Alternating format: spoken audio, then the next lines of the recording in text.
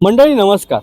आज 30 डिसेंबर म्हणजे उमेदवारी अर्ज दाखल करण्याचा आज शेवटचा दिवस। पक्षाकडून एबी फॉर्म मिळालेल्या उमेदवारांनी आज वाजत गाजत आपला उमेदवारी अर्ज दाखल केला। मात्र त्याचबरोबर चर्चा आता दुसऱ्या एका गोष्टीची आहे, ती म्हणजे ज्यांना उमेदवारी अर्ज मिळाला नाही त्या नाराज इच्छुकांचं काय। कारण ठाणे, मुंबई, पुणे महानगरपालिकेचं बिगुल वाजल्यानंतर सर्वच पक्षांनी जोरदार तयारी सुरू केली। शिवसेना आणि मनसेची युती झाली। काही ठिकाणी तर सत्तेमधील असलेली शिवसेना, शिंदे गट, भाजप यांची युती बिनसल्याचं पाहायला मिळालं। आघाडीमध्ये देखील काही ठिकाणी बिनसल्याचं पाहायला मिळालं।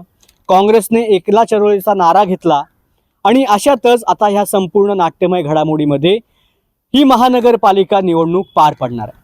मात्र ठाण्यामध्ये काल सर्वच राजकीय पक्षांनी एबी फॉर्म वाटण्यासाठी रात्रीचा मुहूर्त घेतल्याचं पाहायला मिळालं।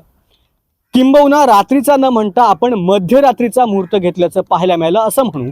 कारण रात्री किंवा मध्यरात्री 2 नंतर सर्वच राजकीय पक्षांनी आपल्या उमेदवारांना एबी फॉर्म द्यायला सुरुवात केली।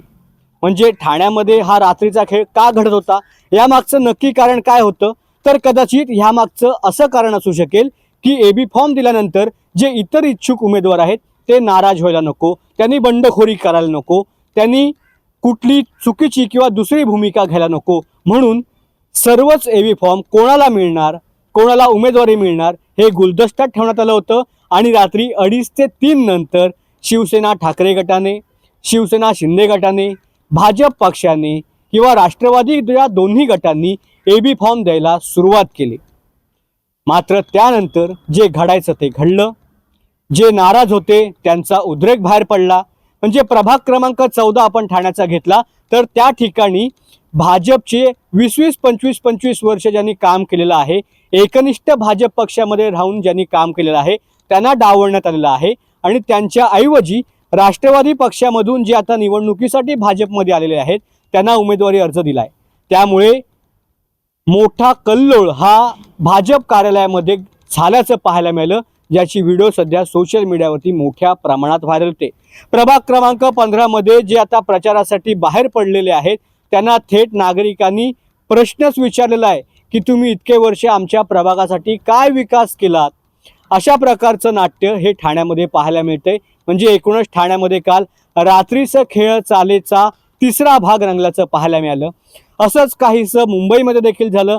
मुंबईमध्ये देखील जे इच्छुक उमेदवार होते, मग ठाकरे गटाचे असतील, शिंदे गटाचे असतील, भाजपचे असतील, त्यांचा उद्रेक बाहेर पडला। त्यांनी तर थेट आपले जे बॅनर पक्ष कार्यालयामध्ये लावण्यात आलेले होते ते देखील फाडायला सुरुवात केली। पुण्यामध्ये देखील असं चित्र पाहायला मिळालं। पुण्यामध्ये आपल्याला एबी फॉर्म मिळणार नाही याची खात्री पटल्यावरती भाजप, शिवसेना शिंदे गट, शिवसेना ठाकरे गट किंवा मनसेमधील तब्बल 11 इच्छुक उमेदवारांनी थेट राष्ट्रवादी अजित पवार गटामध्ये उडी घेतली। राष्ट्रवादी अजित पवार गटामध्ये जाऊन आपल्याला निवडणुकीसाठी एबी फॉर्म मिळतो का याची देखील त्यांनी चाचपणी केली।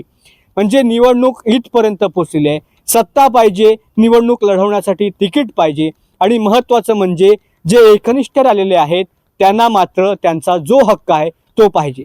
दुसरी गोष्ट ठाण्यामध्ये जर आपण बघायला गेलो तर भाजपने आता नमो भारत नमो ठाणे असं एक कॅम्पेनिंग ठाण्यामध्ये सुरू केलंय। नमो भारत नमो ठाणे अशा प्रकारचे होर्डिंग, मोठमोठे बॅनर ठाण्याच्या मुख्य रस्त्यांवरती पाहायला मिळतात। मात्र आता प्रश्न हाच येतो की जे ठाणे शिवसेनेचं, जे ठाणे दिघे साहेबांचं, जे ठाणे ठाकरेंचं असं जे ब्रीदवाक्य झालं होतं, हे ब्रीदवाक्य आता ह्या सत्ताधाऱ्यांना, ह्या भाजपला पुसायचंय का? मग जर पुसायचं असेल तर दिघे साहेबांचा आणि ठाकरेंचा वारसा म्हणून घेणारे, त्यांच्या विचारांचा वारसदार म्हणून घेणारे एकनाथ शिंदे मात्र ह्याबाबत गप्प काय? एकनाथ शिंदे ह्याबाबत कोणतंही मत का व्यक्त करत नाहीयेत? तुर्तास येणाऱ्या निवडणुकीमध्ये प्रचार कशा पद्धतीने होतो, ज्या ज्या ठिकाणी युती बिनसलेली आहे त्या ठिकाणी लढाई कशा पद्धतीने होते, प्रचाराचे मुद्दे काय असणार आहेत, आरोप प्रत्यारोप काय होणार आहेत आणि महत्त्वाचा मुद्दा म्हणजे जे नाराज झालेले आहेत, ज्यांच्या नाराजीचा उद्रेक झालेला आहे त्यांना पक्ष शांत कसं करतंय, त्यांची समजूत पक्ष कसं काढतंय याकडेच बघणं अत्यंत महत्त्वाचं ठरणार आहे. व्हिडिओ जर्नलिस्ट सोहमसह मी सिद्धेश, मित्तम बातमीसाठी ठाणे.